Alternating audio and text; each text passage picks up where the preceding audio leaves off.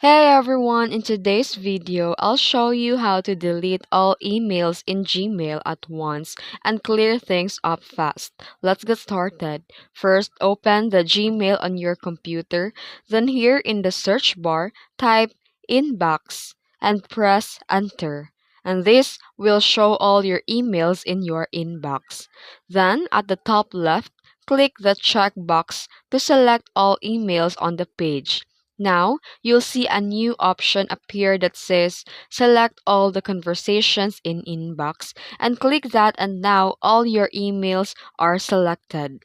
Next, click the trash bin icon to delete everything. All emails will move to the trash folder, and if you want to permanently delete them right away, go to trash folder and click empty trash now. And that's it. With just few clicks, you can clear your entire Gmail inbox and start fresh. If you found this video helpful, don't forget to like and subscribe for more tutorials.